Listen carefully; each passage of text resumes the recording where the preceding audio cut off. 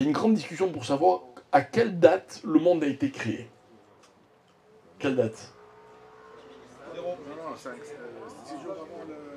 Non, mais à quelle date? À quel mois? Nissan ou Tishri? Bravo. Marloquette. Il y en a qui disent Nissan, d'autres qui disent Tishri. On veut expliquer que cette marloquette, elle est en fait le résultat d'une autre marloquette entre Benjamin et Bethel. Bref, peu importe. Ok? Qu'est-ce que ça change si le monde a été créé en Nissan ou en Tishri? En fait, écoutez, la leçon, elle est très belle. C'est que Tishri, c'est le début de l'hiver. Nissan, c'est le début de l'été. Ok? Quelle différence y a-t-il entre l'été et l'hiver? Une différence cachée, hein? Ok? En été, en hiver, pardon, la nature ne produit pas. La nature reçoit. En été, la nature ne reçoit plus, elle donne. Pendant l'hiver, il fait froid, il pleut, la nature, elle absorbe ce qu'on lui donne. Ok, elle prépare son potentiel. Et quand arrive l'été, elle exploite son potentiel. Marloquette. Qu'est-ce que l'existence? Est-ce qu'on existe quand on est un potentiel? Ou est-ce qu'on existe quand on exploite son potentiel? D'après vous, si vous deviez fixer la halakha, vous choisiriez quoi? On existe quand on exploite ou quand on est un potentiel? D'accord. Donc vous êtes en train de me dire que toutes les années pendant lesquelles vos enfants, depuis leur naissance, n'ont fait que développer un potentiel sans encore l'exploiter, pour vous, il n'existait pas. C'est ça que vous me dites? Marloquette. Vous avez compris? C'est très fort. Parce qu'il y a autant de raisons de dire l'un que l'autre. Mais ça reste une discussion intéressante. Vous savez, mes chers amis, la marloquette, quand c'est une vraie marloquette, notamment comme on voit entre les chachamim, elle est intéressante pas pour connaître la réponse. C'est le débat qui est intéressant. Il est intéressant de réfléchir si on existe quand on est un potentiel ou on existe quand on exploite son potentiel. Vous voulez que je vous dise? Il faut apprendre à nos enfants que les deux sont possibles. Qu'on existe même quand on n'a encore rien fait. On existe. Mais qu'il vaut la peine d'exister pour faire quelque chose. Ah, vous allez me dire, mais c'est contradictoire. C'est pas grave. C'est pas contradictoire, c'est deux perspectives. Une perspective selon laquelle l'existence démarre en Tishri, création du monde, de l'existence. Autre perspective, l'existence démarre en Nissan. Magnifique. Donc quand on arrive le mois de Nissan, qu'est-ce qui se passe? Les récoltes vont commencer à pousser et on va pouvoir commencer à jouir du produit de la terre. Et là, la Torah intervient et dit, attends une seconde. Quand on te tend un verre d'eau, tu as soif, tu as le droit de le boire? Oui ou non? Ah bon, il n'y a pas de condition avant, au préalable? D'abord la bracha. Celui qui boit sans bracha, il a volé Hachem. Celui qui a fait la bracha, le verre d'eau, il est à lui. C'est-à-dire que Hachem, il donne à l'homme, il lui met le monde à disposition. Il faut juste qu'il se l'approprie. Et comment on s'approprie quelque chose? Quand on réalise d'où ça nous vient. Vous avez des enfants, pour la plupart d'entre vous, j'imagine, vous êtes prêts à tout leur donner. Il y a une condition. Il faut qu'ils reconnaissent que ça vient de vous. Pas juste pour vous imposer. Il faut que l'enfant comprenne dans sa constitution, il a besoin de savoir que les choses ont une source, ont une raison, il faut les mériter, etc.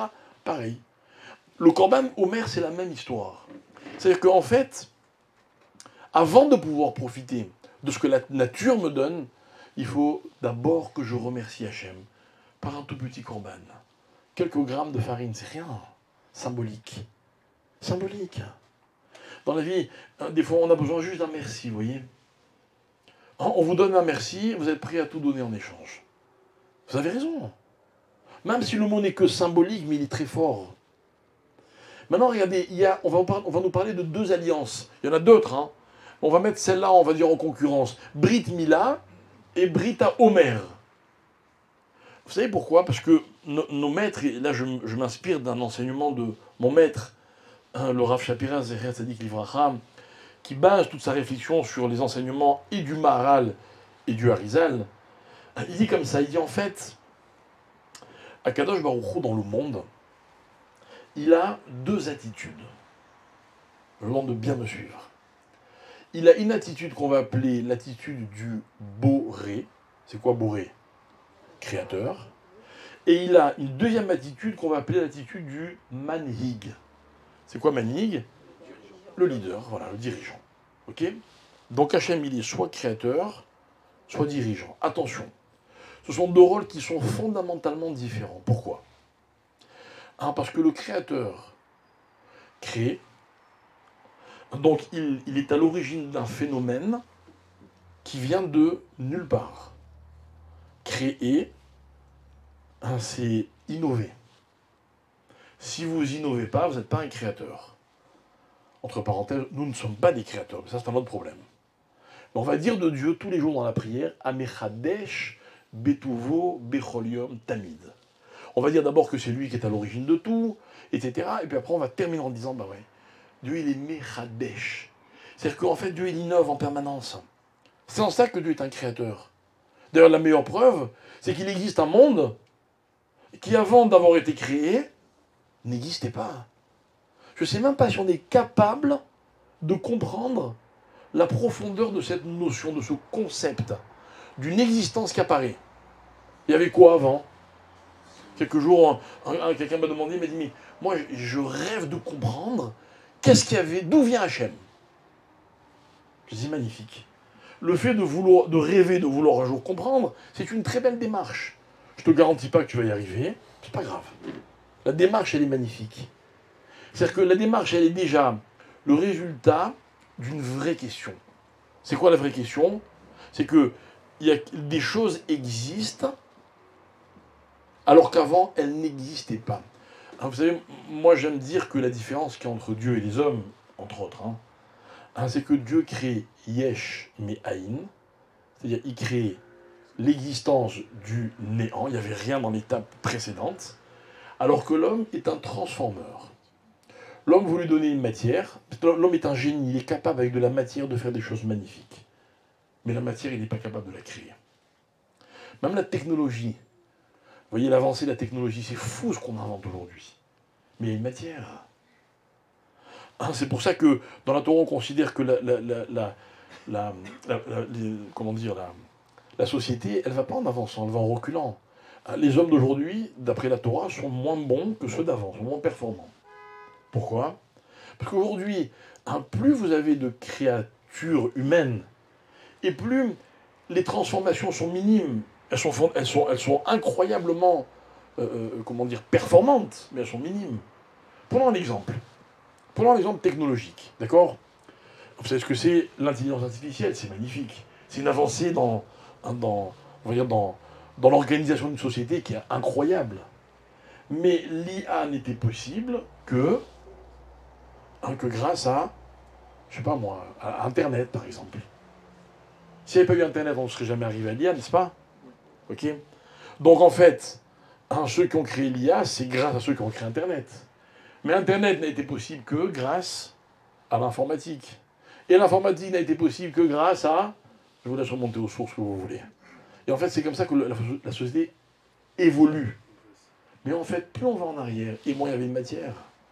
Donc plus les créateurs sont des génies. Et le plus grand génie des génies, c'est qui? C'est celui qui a créé quand il n'y avait aucune matière. Hachem. Ça, c'est Mechadesh. Pour vous donner une illustration de ce que je suis en train d'expliquer, on a tous un jour ou l'autre vécu ce que nous appelons un miracle. Un miracle personnel. Il vous est arrivé quelque chose, il vous est pas arrivé quelque chose, vous dites c'est un miracle. D'ailleurs, souvent, quand on le raconte aux autres, on est un peu déçu de leur réaction. Pas grave, c'est très intime un miracle. Mais le miracle, par définition, c'est l'incongru. Ça sort d'un processus dans lequel, normalement, les choses auraient dû se dérouler de telle et telle façon. Donc c'est du Khadash. Ça veut dire qu'en fait, à chaque fois que dans la vie, il y a un miracle, où il y a quelque chose de nouveau, on retrouve l'attitude d'Hachem qui s'appelle Boré. Et chaque fois, chaque instant de la vie, où les choses, la vie semble, enfin le monde semble suivre on va dire, un cours, un processus, alors on est dans la dimension de manhig. C'est-à-dire que Dieu, ben, quelque part, il dirige son monde. Imaginez un fleuve qui coule, et puis vous dites, bon, ben, c'est normal, l'eau, elle va du point le plus haut au point le plus bas, même si c'est sur des centaines de kilomètres. Mais hein, si vous enleviez les berges d'un fleuve, ben, il s'éparpillerait. L'eau, elle irait plus dans la direction dans laquelle elle doit aller. Eh bien, Dieu, c'est un peu la même chose. Il canalise. Il est manhig. Le manhig, il canalise. Voilà pourquoi aujourd'hui, les sociétés sont en détresse, parce qu'on n'a plus de dirigeants capables de nous canaliser. Au contraire. Le seul souci des dirigeants, c'est de savoir qu'est-ce que veut le peuple. C'est pas comme ça qu'on dirige. Si vous avez des familles et que vous êtes des parents, vous ne pouvez pas demander à vos enfants constamment qu'est-ce que vous pensez, qu'est-ce que vous voulez. Vous êtes obligé de leur dire voilà comment ça va se passer. Voilà comment il faut que les choses se passent. En tout cas, c'est ce que fait la Torah. C'est ce que fait Hachem et les manhig. Et il faut les deux. Il faut les deux. Et voilà que ce qui est magnifique, c'est que le deuxième jour de Pessah, donc le lendemain de la sortie d'Égypte, la Torah dit vous amènerez un korban. Un korban pourquoi?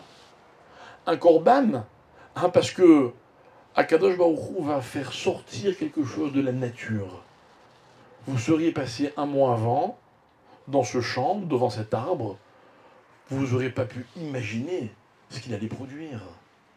C'est ça Nissan. Nissan, c'est l'imprévisible. L'été, c'est une cassure nette entre ce qu'était la nature en hiver et ce qu'elle est devenue. C'était impossible. Impossible à prévoir.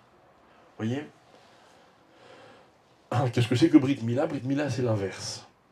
Brit Mila, écoutez bien, c'est que l'enfant, il existe. Il fonctionne. Il a 8 jours. Pas pour rien qu'on fait la Brit Mila à 8 jours. À 8 jours, il y a un certain nombre de choses qui se mettent en place. La Guimara raconte que un jour, une femme est venue voir un Rabbi Yehuda. Et elle lui a dit, écoute, j'ai eu un premier enfant, il a succombé à la Brit Mila. J'en ai un deuxième, il a succombé aussi. Maintenant, j'en ai un troisième, qu'est-ce que je fais? Rabbi Yehuda dit, amène-moi l'enfant. Il a vu l'enfant. Il lui a dit, il faut attendre encore un petit peu. Alors on a demandé à Rabbi Yehuda, sur quoi tu t'es basé? Il a dit, j'ai vu que l'enfant était rouge. Et donc j'ai compris que son sang, alors je vais le dire avec des mots très simples, il n'était pas encore, il fonctionnait pas encore son système sanguin comme il devrait fonctionner. Donc il va falloir attendre. De là, j'apprends que, à l'inverse, toute Brit Mila normale entre guillemets, c'est en fait la fin d'un processus dans lequel les choses se sont mises en place. Et maintenant, il faut juste une chose, il faut que ça continue. Avant qu'on arrive dans cette étape qui s'appelle la continuité, on va faire un brit, on va donner à Hachem. On va dire, voilà, c'est grâce à toi que ça va continuer. Et en fait, vous voyez, Hachem, c'est ça. Hachem, mes chers amis, c'est celui vers qui on se tourne quand il nous manque quelque chose. On lui dit, crée, crée. Celui-là, il est malade, ben, crée une guérison. Un tel manque de ceci ou de cela, crée. Mais c'est aussi celui vers lequel on se tourne quand tout va bien. Quand les choses, on veut juste qu'elles continuent, vous voyez. C'est vrai, hein. Malheureusement, on prie peut-être avec un peu moins de ferveur quand tout va bien, mais c'est un tort. On devrait prier avec énormément de ferveur pour que tout ce qu'il y a de bien continue, tout simplement. Qu'Hachem soit magnifique le monde. Que le monde suive un processus, j'ai envie de dire, de normalité. Donc voilà pourquoi il y a deux brites. Et donc voilà l'un des sens de cette mitzvah qu'on appelle la mitzvah du Homer. Mais, si vous permettez, on va aller un petit peu plus loin. On était juste dans notre introduction. Parce que cette mitzvah, mes chers amis, en fait, regardez comme les choses trouvent leur sens. Cette mitzvah il va falloir compter pour accomplir cette mitzvah, n'est-ce pas? Il va falloir compter les jours, un après l'autre. Et en fait, c'est quoi compter? Compter, c'est s'inscrire dans un processus. Ok? Dans la vie, quand on compte, par exemple, je sais pas, moi je vais compter les pions blancs et les pions noirs. Ok? Chaque pion blanc, je vais l'intégrer dans un ensemble. Donc j'ai besoin de savoir combien il y en a. J'ai besoin de savoir combien il y en a. Là, je vais compter les jours qui vont de Pessah à Shavuot, donc pour arriver vers le don de la Torah. J'ai besoin, en fait, de me transformer de devenir quelqu'un. Mais vous savez, pour devenir quelqu'un, il y a un effort qu'on va nous demander, celui qu'on a cité tout à l'heure. C'est d'être dans la continuité, pas dans l'événementiel. On n'est pas des juifs de Pessah ou des juifs de Shavuot. On n'est pas des juifs de grands événements. Le vrai défi, ça va être d'être des juifs de jours normaux. Et ces jours normaux, on va les intégrer à un processus qui va d'un immense événement vers un événement peut-être encore plus immense. C'est ça le Homer. Le Homer, mes chers amis, il est constitué de 49 jours. 49 jours, nous disent les Chachamim. C'est la valeur numérique du mot Mida. C'est quoi Mida? Mesure. C'est quoi une mesure? La mesure dans la vie, écoutez bien, c'est la fragmentation de l'ensemble. Vous rentrez dans une maison, vous dites elle est grande. Et là moi je vous dis mais combien de mesures? Et en fait vous allez compter les centimètres ou les mètres ou ce que vous voulez. C'est-à-dire qu'avant il y avait une maison, un ensemble, mais vous allez fragmenter en mesurant les choses. Pourquoi on va parler de qualité humaine en les appelant les midot? Parce que c'est important ce que vous êtes. Mais c'est aussi important de réaliser chaque détail de votre personnalité qui fait ce que vous êtes. Et quand je vais faire cet examen de conscience, je vais me rendre compte que dans la colère, je suis perfectible. Dans la générosité, je suis pas mal. Dans tel domaine, il faut que je me perfectionne. Et c'est ce qu'on va appeler les midot. Et donc on a 49 jours égale mida. Chaque jour est une mida. Et quand on aura compté les 49 jours, on arrivera au 50e. Valeur numérique du mot. Selon ce que je viens d'expliquer, c'est quoi le contraire de mida? Le contraire de mida, mes chers amis, c'est kol. C'est quoi kol? Kol, c'est tout. Kol, valeur numérique 50. C'est-à-dire qu'en fait, on veut que les choses deviennent des ensembles. Mais à une condition, c'est qu'on valorise chaque élément qui permet à l'ensemble d'être ce qu'il est. Je vais vous donner un petit exemple. Vous avez des enfants, 2, 4, 12, peu importe combien. Vous les essayez autour d'une table. Ok, c'est un ensemble, c'est la famille. Quand il en manque un, l'ensemble, c'est pas l'ensemble. Mais on a 49 jours pour aller de Pessah à Shavuot. Faut pas en rater un seul, mes chers amis. Chaque jour est une mida qui va constituer le col, l'ensemble. Maintenant, je vais expliquer comment fonctionne un ensemble. Parce que moi, je suis de ceux, à qui on a appris, parce que je ne l'ai pas inventé, que dans la vie, vous voyez, dans tout ensemble, il y a ce qu'on va appeler, on va en prendre un terme qu'on va un peu galvauder, ce qu'on appelle la hiérarchie. Vous savez ce que c'est la hiérarchie? La hiérarchie, c'est un ordre d'importance. D'accord? Vous êtes autour d'une table, il y a le père, la mère, ils sont tout en haut de la pyramide. Puis après, il y a les enfants, puis les petits-enfants, puis... Faites comme vous voulez. Mais s'il n'y a pas de hiérarchie, c'est l'anarchie. Okay. Dans la Torah, on croit au système de la monarchie. Il y a un dirigeant que tout le monde doit respecter. Vous voyez, il n'y a pas de démocratie. C'est comme vous voulez. Non, ça ne marche pas comme ça. Bon, c'est un autre thème. Ok. Mais cette pyramide, mes chers amis, en fait, elle va être symbolisée par l'homme lui-même. L'homme dans la Torah, il va s'appeler Adam. N'est-ce pas? Ça veut dire quoi le mot Adam? Il y a plein d'explications. Je vais vous en proposer une d'entre elles. Adam, disent les Chachamim, je parle maintenant, je cite le Harizal. Adam, c'est Aleph, Dam. Aleph, Dam. C'est quoi Dam? Le sang. Okay. Le sang, mes chers amis, c'est un... Je ne sais pas comment on va l'appeler, c'est un des composants physiques du corps humain. Mais il a une particularité, le sang. C'est celui qui va créer le lien entre tous les organes du corps humain. Et en fait, comment fonctionne le corps humain, entre autres, okay, mais c'est des mots de rabbin, très simples.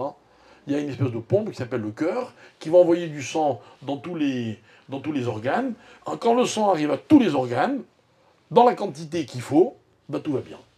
Si on a trop, c'est un problème. Si on n'a pas assez, c'est un problème. Si le débit n'est pas, ben, vous connaissez sans doute mieux que moi. Ok? Très bien. Donc le dam, c'est incroyable. Le dam, la Torah va dire qu'il y a dam ou un nefesh. Elle va dire, le sang, c'est l'âme. C'est quoi, c'est l'âme? C'est qu'en fait, la chayout, la vie, la vivacité, dans tout ce qu'elle a de plus noble du corps humain, dépend du sang. Magnifique. L'assassin, mes chers amis, vous savez comment on l'appelle dans la Torah? Comment on l'appelle assassin? Chauffeur d'anime. Littéralement, celui qui verse du sang. Hein, c'est très intéressant. Ça va avoir une conséquence anarchique, par exemple. Ok? Imaginez que Shabbat, il y a un moustique qui me tourne autour. Il ne va pas tarder à me piquer, ou il l'a déjà fait. Ok? Est-ce que j'ai le droit de le tuer? Non. On n'a plus qu'un effet, non. Enfin, on a le droit de le tuer avec un pistolet si on arrive à viser entre les deux yeux. D'accord? On n'a pas le droit de le tuer. Ok? Maintenant, imaginez que c'est pas un moustique. Je sais pas, moi, c'est un chat. Il me dérange. Ok? Et je vais donner un petit coup au chat, mais je vais faire sortir une goutte de sang du chat. Il va saigner un tout petit peu. Ou alors moi, j'ai une peau qui me dérange, est-ce que j'ai le droit de l'arracher avec mes dents? Ça risque de faire couler du sang? Non, pourquoi? La Gemara dit qu'il y a dam ou un nefesh. C'est-à-dire que, étant donné qu'on n'a pas le droit de tuer le Shabbat, même pas un moustique, celui qui fait couler du sang, quelle que soit la quantité, peu importe de qui, c'est une tolada de tuer. Pourquoi? Parce que le sang, c'est la vie. Voilà pourquoi il est interdit de consommer le sang des animaux. Interdit. On fait ce qu'on appelle la melicha. Vous savez faire la melicha? Non? Vous savez saler la viande? Il y a beaucoup de gens qui ne savent même pas qu'il faut saler la viande. Ok? Moi, je ne suis pas très très vieux, hein. Surtout si vous voyez les photos qu'il y a de moi qui circulent. Mais je me rappelle. Je me rappelle. Quand ma mère, elle salait la viande. D'accord? Pourquoi? Parce qu'il ne faut pas consommer le sang. Très bien. Maintenant, pourquoi il ne faut pas consommer le sang? Parce que le sang, c'est la vie, manger, bref, il y a plein de thèmes. Ok? Magnifique. Maintenant, écoutez bien. Le sang, c'est la vie, mais c'est la vie qu'on peut ôter à un être vivant. Je vous demande, sans tomber dans le mélodramatique, hein, mais la vie, elle peut animer une personne et elle peut un jour la quitter. D'accord? Quand quelqu'un ne vit plus, si Dieu veut, à 120 ans pour tout le monde, ok? Qu'est-ce qu'on a ôté à cette personne? La vie. Mais et la vie, si la vie était une notion éternelle, ceux qui ne vivent plus ne disparaissent pas dans notre conception à nous des choses, loin de là. Au contraire. Alors la Guémara, elle va dire non, la Torah, pardon, elle va dire non. Tuer quelqu'un, c'est faire couler son sang. On enlève la vivacité, la vie physique de cette personne. Mais une personne n'est pas qu'une vie physique. Elle est autre chose, une chose que nous possédons tous, et que personne ni rien ne pourra jamais nous enlever. Et mes chers amis, il faut bien être conscient de ça. Quand Akadosh Baruch Hu a créé l'homme, il l'a appelé Adam, et il lui a dit, tu seras éternel. Tu seras éternel. Bon, l'homme va fauter, il y aura des conséquences, mais il voulait dire quoi, ce côté éternel? Est-ce qu'il a disparu, ce côté éternel? Non, puisqu'il est dans l'essence de la création de l'homme. Ce côté éternel, mes chers amis, c'est le petit Aleph. C'est quoi le Aleph? Le Aleph, c'est une idée magnifique. Le Aleph, c'est le début. Et c'est quoi le début de quelque chose? C'est, vous voyez, c'est la graine. Ce qui va germer et donner autre chose. Et en fait, dans tout phénomène, même le plus important des phénomènes qui s'appelle l'homme, il y a une graine. Une graine qui a été plantée et qui va donner des fruits. Mais la véritable valeur des fruits, mes chers amis, vous savez ce que c'est? C'est quand on connaît l'origine de la graine. Vous savez ce que c'est l'origine? C'est ce qu'on ne pourra jamais envier à une personne. Jamais. Messieurs, quand vous montez à la Torah, comment on vous appelle? Dans la plupart des communautés, un tel, fils d'un tel. Ou fils d'une telle d'ailleurs, ça dépend des keilotes. On va prier pour vous, on va se dire, pas votre nom de famille, ça ne nous intéresse pas. On va dire d'où vous venez. C'est très important. Maintenant, d'où je viens, c'est pas seulement au niveau physiologique, mon père, ma mère, même si c'est très important. Mais en fait, dans toutes les grandes idées de la Torah, mes chers amis, il y a toujours l'appartenance à quelque chose. Vous savez, dans le Homer, on va compter 7 semaines. Chaque semaine va incarner ce qu'on appelle une sphira. Vous connaissez les sphirotes? Ouais. Alors, en général, les gens, ils connaissent le nom des sphirotes. Vous, je ne sais pas, moi, ça me dépasse tellement. C'est des thèmes qui sont tellement compliqués, tellement profonds, qu'il faut admettre que même si on croit les connaître, en fait, on ne fait que les caresser. Mais de façon très très superficielle. La première sphira, c'est Chesed, la générosité. Après, c'est Gvura, le Din, etc., etc. La dernière, c'est laquelle? Malchut. On n'a rien dit. Ah oui, les femmes. Incollables. C'est normal, elles sont toujours plus nombreuses au cours. Malchut, mes chers amis, c'est pas forcément la dimension à laquelle l'homme peut prétendre. Malchut, c'est au-dessus de l'homme. Au contraire, certains disent que la plus haute dimension que l'homme peut atteindre, c'est Yesod. C'est la 6e. Pourquoi la 6e, Yesod, c'est ce qui le ramène à ses origines terrestres. Malchut, la royauté, c'est une image. Pourquoi? Parce que dans la tradition, en tout cas de la Torah, sur la tête du roi, il y a une couronne. À quoi sert la couronne du roi? Keter. Malchut égale Keter, on appelle comme ça dans la Kabbalah. Ah, c'est quoi Keter? Keter, c'est que vous avez un homme, il est hyper puissant, il s'appelle le roi. Tout le monde lui doit le respect. Sur sa tête, il va mettre une couronne, vous savez pourquoi? Pour que toute personne qui voit le roi réalise qu'au-dessus du roi, il y a quelque chose d'autre. Qu'il appartient à quelque chose qui le dépasse. Parce que mes amis, je vais vous dire, si on veut vraiment évoluer, avancer, devenir quelqu'un, il faut en permanence réaliser qu'on appartient à quelque chose qui nous dépasse. C'est vrai, vous, je sais pas, mais moi, je trouve que je suis pas grand-chose dans l'univers. Si mon univers, c'est la Torah, je suis quoi en Torah? Combien de Torah je connais? Si mon univers, c'est mon pays, je suis quoi? Je suis un parmi tant de millions.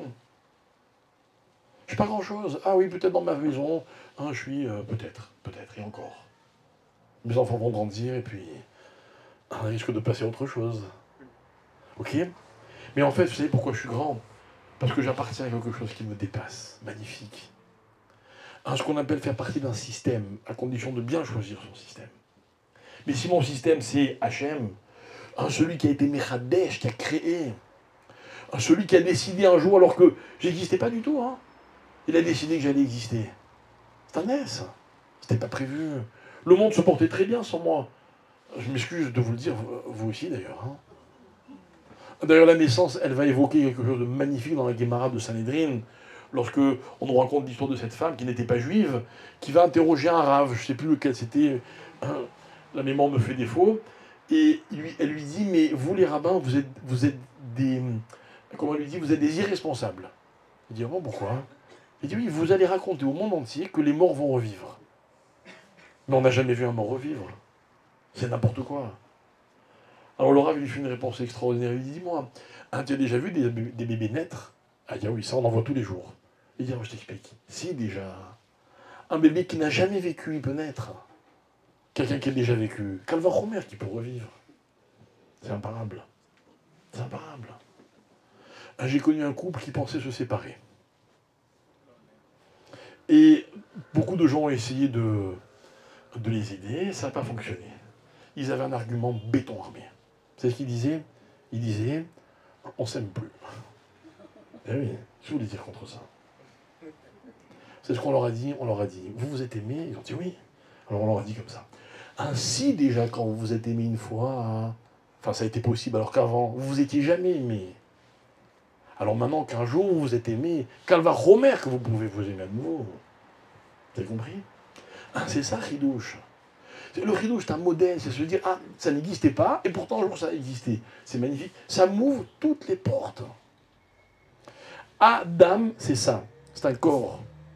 Un corps dans lequel, excusez-moi, je veux faire peur à personne, tout peut disparaître. Mais le Aleph du Adam, il ne peut jamais disparaître. Dans chaque personne, il y a une dimension qui est intemporelle, qui est unique, qui appartient à quelque chose qui est beaucoup plus grand que tous ceux qui vont, même ceux qui voudraient le faire disparaître. Il y a une très belle idée que développe là aussi le Harizal, dans lequel il dit, vous savez ce que c'est Galout? Il dit Galout, c'est trois choses. Galout, c'est quand on est déplacé géographiquement. Galout, c'est quand on est asservi par les nations, même si c'est, comment dire, idéologiquement, on n'est pas indépendant. Et la troisième chose, c'est Pizour, quand on est éparpillé. D'accord? Alors, c'est déjà trois catastrophes. Mais il y avait le Harizal, il dit non, il y en a une quatrième de dimension. Il disait la vraie Galout, vous savez ce que c'est? Incroyable. Il disait la vraie Galoute, c'est quand des non-juifs pensent qu'ils peuvent tuer des juifs. C'est ça la Galoute. Parce que normalement, on ne devrait pas pouvoir imaginer qu'on peut tuer un juif. Parce que dans le juif, il y a quelque chose que personne ne peut prendre. Incroyable. C'est une définition intemporelle. Intemporelle, ça veut dire, mes chers amis, moi ça me donne beaucoup de courage. Ça veut dire qu'un jour viendra où plus personne n'osera imaginer qu'on peut tuer un juif. Voilà ce qui va se passer. Ça va être ça la Géoula. Mais ça veut dire donc qu'il y a dans l'homme cette dimension qui est unique, qui le dépasse. Et en fait, c'est ça qui est beau. C'est quoi le rapport qui est entre le Aleph et le Dam? C'est que le Aleph, c'est la notion de Chidouche que l'homme véhicule. Donc, c'est-à-dire c'est l'attitude de Dieu qu'on a appelé tout à l'heure Boré, créateur, d'accord? Donc l'homme est une innovation. Et puis pour que l'homme existe, il continue d'exister, il va avoir le Dam qui va permettre au corps de continuer ce processus magnifiquement réglé, qui s'appelle le corps humain. On va retrouver dans le corps humain la caractéristique qu'on a appelée Manhig d'Akadosh Baruch Hu. Il fait en fait que les choses puissent continuer. Voilà. À un moment, on a un peu mieux compris qu'est-ce que c'est que cette période. Cette période, mes chers amis, c'est quoi? C'est le résultat d'un miracle incroyable, tellement grand, qu'il fallait surtout pas qu'on commence à compter ce jour-là, parce qu'il fallait qu'on digère le miracle de la sortie d'Égypte. Mais au bout du chemin, il y a encore un miracle peut-être encore plus grand, celui de la Torah. D'accord.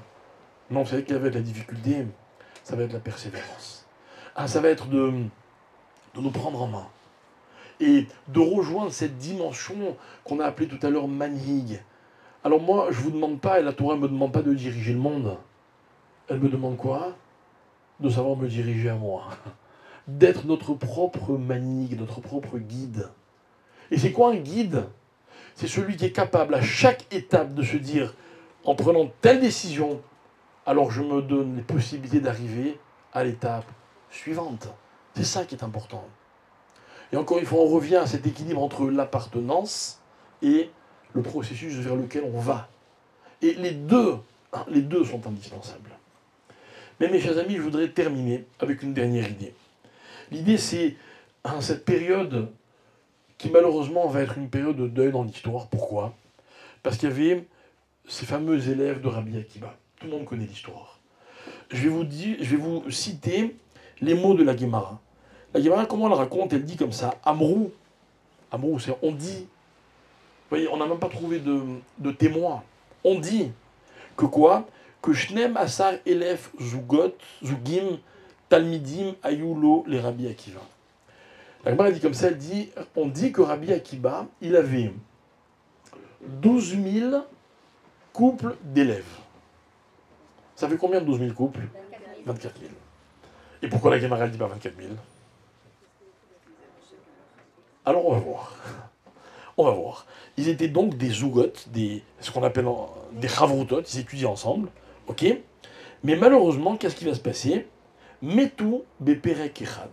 Ils sont tous morts, tous ensemble, enfin une période très très concentrée, Je ne me rappelle pas exactement le compte, mais si vous calculez 24 000 divisé par 33 jours, ça fait 800 quelque chose. Donc Rabbi Akiva, il perdait 800 et quelques élèves par jour. Vous imaginez ce que c'est? 800 enterrements de ses élèves. C'est inimaginable. Alors on va nous demander, mais quoi, il y a la Shoah, il y en a eu 6 millions, on n'a pas fait une telle histoire. Écoutez ce que dit la Gemara. La Gemara dit, pourquoi est-ce qu'ils sont morts? Mipene shelo naagu kavod zelazé. Ça, tout le monde connaît. Ils ne se respectaient pas mutuellement. Mes amis, on ne peut pas se suffire d'une phrase, on va dire, aussi grave. On va l'expliquer dans un instant. Mais la Gemara continue et elle dit, Veaya aolam shamem shenishtakra Torah.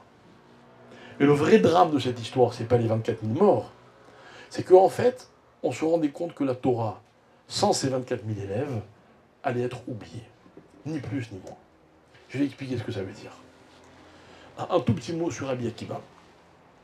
Rabbi Akiva, mes chers amis, c'est un homme dont Moshe Rabbeinu, lorsqu'il est dans le ciel pour recevoir la Torah, Moshe Rabbeinu dira de Rabbi Akiva, il dira à Dieu, je ne comprends pas. Tu avais un homme comme lui, tu m'as choisi à moi. C'est lui que tu aurais dû choisir. Il le trouvait plus grand que lui. Pourtant, Moshe Rabbeinu, on est tous d'accord que c'est la première marche du podium. Il n'y a pas eu comme Moshe, la Torah qui le dit. L'Okam Israël qui Moshe Od. Mais Rabbi Akiva, c'est Rabbi Akiva. Et en fait, on va nous expliquer, beaucoup plus tard, qu'en fait, Rabbi Akiva et Moshe Rabbeinu ont joué deux rôles complémentaires. Moshe Rabbeinu, il a descendu la Torah d'Hachem dans le monde. Ce qu'on va appeler Torah chez Birtav, la Torah écrite. La Torah écrite, mes chers amis, c'est une période de l'histoire dans laquelle, tout au long de laquelle, on n'a jamais cité un enseignement au nom de qui que ce soit. On ne disait pas Rabbi un tel ceci, ou Rabbi un tel, ou moi, mon Rav à moi c'est celui-là, et ton Rav à toi c'est celui-là. Jamais, on ne disait pas une chose pareille. C'est un phénomène qui n'existait pas, il est arrivé beaucoup plus tard. Est-ce que vous savez qui est le premier Rav qu'on a cité, dont on a dit un enseignement en son nom? Est-ce que vous savez qui c'est? Vous savez qui c'est, mais vous n'avez jamais fait attention. Mais ce premier Rav-là, il figure dans la deuxième Mishnah de Pirkei Avot. Dans la première Mishnah, qu'est-ce qu'on nous dit? Que la Torah a été donnée à Moshe au Mont Sinaï, et que Moshe l'a transmise à Yoshua. Tout ça, c'est l'historique de la Torah écrite. Et puis arrive la période des Anshei Knesset Agdola. Première Mishnah. Et là, il y a un changement dans l'histoire. Deuxième Mishnah, Shimon HaTzadik a fait mode. Shimon HaTzadik aya Mishiare Knesset Agdola. C'était l'un des... On l'appelle Shiare, peu importe. Ou Aya Omer. C'est la première fois que ça arrive. Il disait, vous vous rendez compte, une période où il n'y a pas de Rabbi de Lubavitch, il n'y a pas de Rabbi Nachman, il n'y a pas de Tunisien, de Marocain, il n'y a pas. Tout le monde est tunisien. Enfin, tout le monde est... D'accord? Il n'y a pas, ça n'existe pas. Incroyable. Incroyable. Mes chers amis, ça va changer. Ça va changer. On va rentrer dans l'ère de Torah chez Baal Pé. Vous préférez quoi, vous? Une Torah universelle ou une Torah où chacun il a son rave? Vous ne le prononcez pas, vous avez bien raison. D'un côté, une Torah universelle, c'est magnifique, elle vient d'Hachem directement, il n'y a pas de polémique. D'un autre côté, la Torah chez Baal Pé, vous savez ce que c'est, mes chers amis, la Torah orale? C'est une Torah dans laquelle chacun a le droit à la parole. Chacun a le droit de dire, moi, voilà comment je vois les choses. Et personne ne dira de bêtises, à condition de vouloir, évidemment, coller à la cohérence de la Torah, évidemment. Celui qui veut réformer, changer ou transformer, on ne parle pas de lui. Mais quand on veut comprendre la Torah, on a le droit de la comprendre chacun à sa manière. Et combien on a vu de juifs, érudits ou moins érudits, qui disent, ok, ben, on n'est pas d'accord, toi tu penses comme ça, moi je pense comme ça. Qui a raison? Réponse de la Gemara, tout le monde a raison. Rappelez tout à l'heure ce qu'on disait.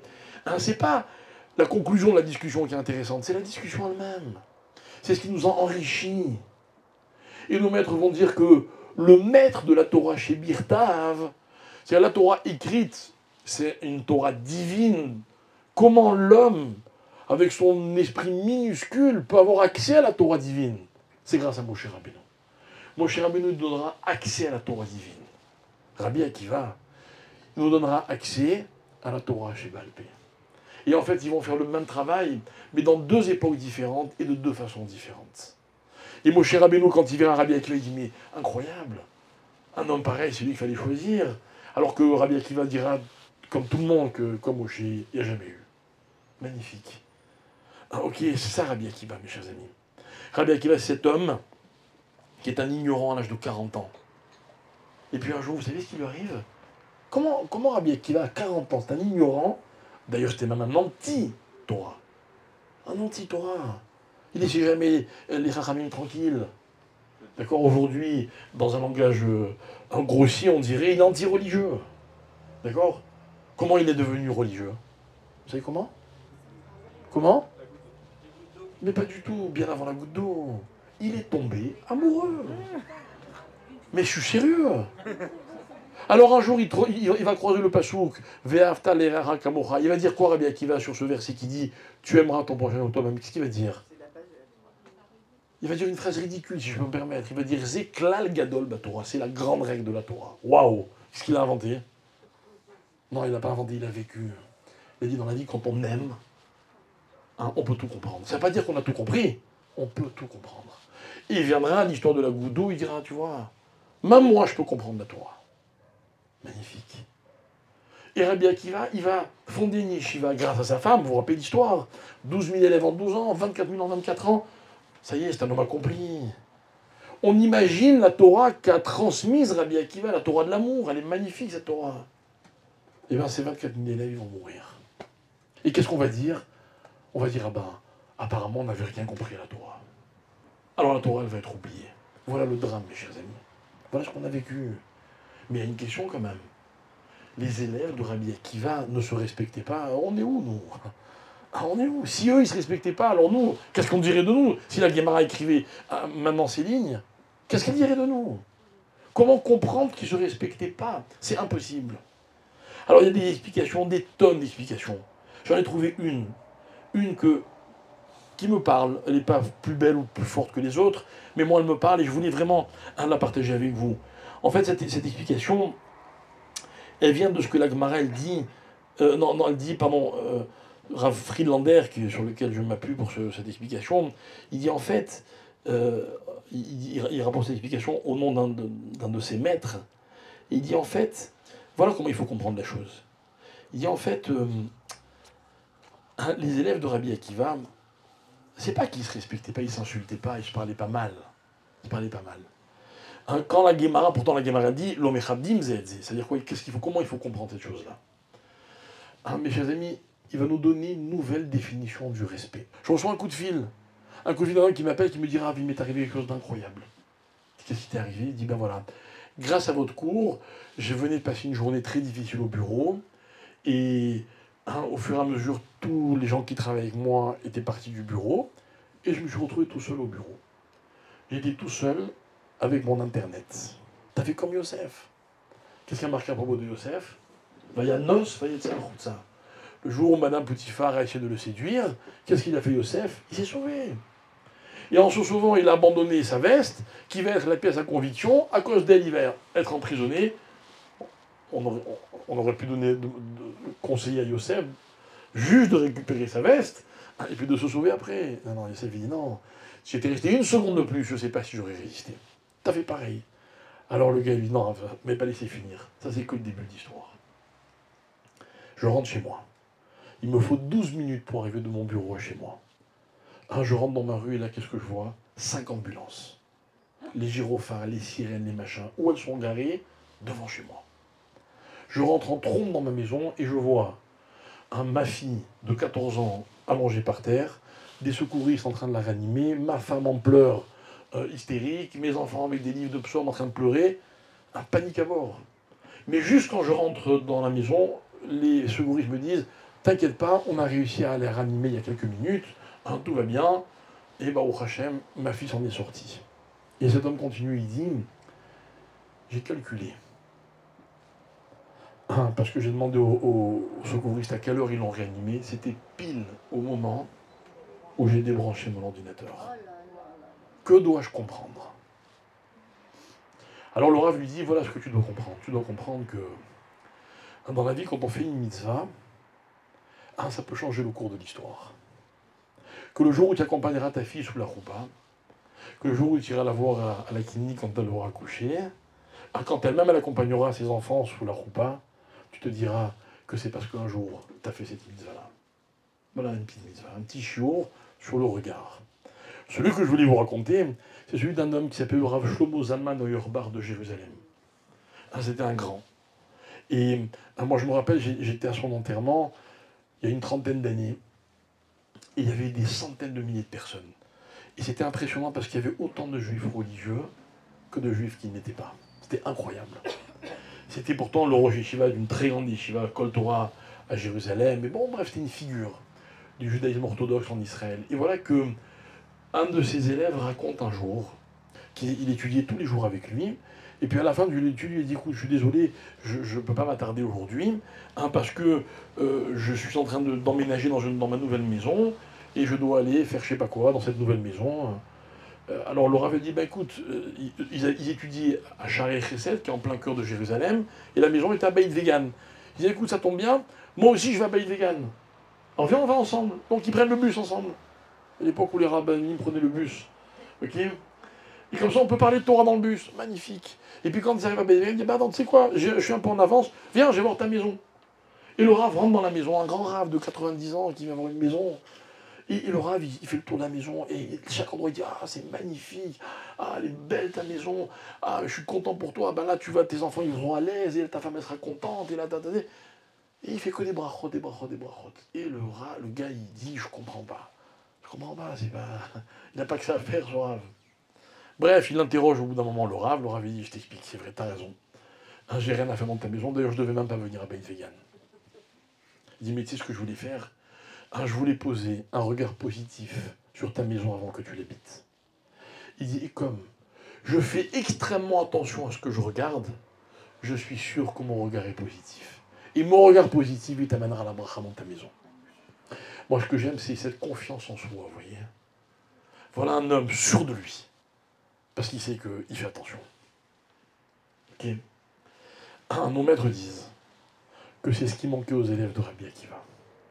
C'est quoi, qu'est-ce qui leur manquait? Ce regard positif. C'est quoi un regard positif, mes chers amis? Le regard positif, c'est quand vous regardez quelqu'un et qu'il a quelque chose de bien. Est-ce qu'on est capable d'être content? Pas pour lui, content nous-mêmes, parce que l'autre, il a quelque chose de bien.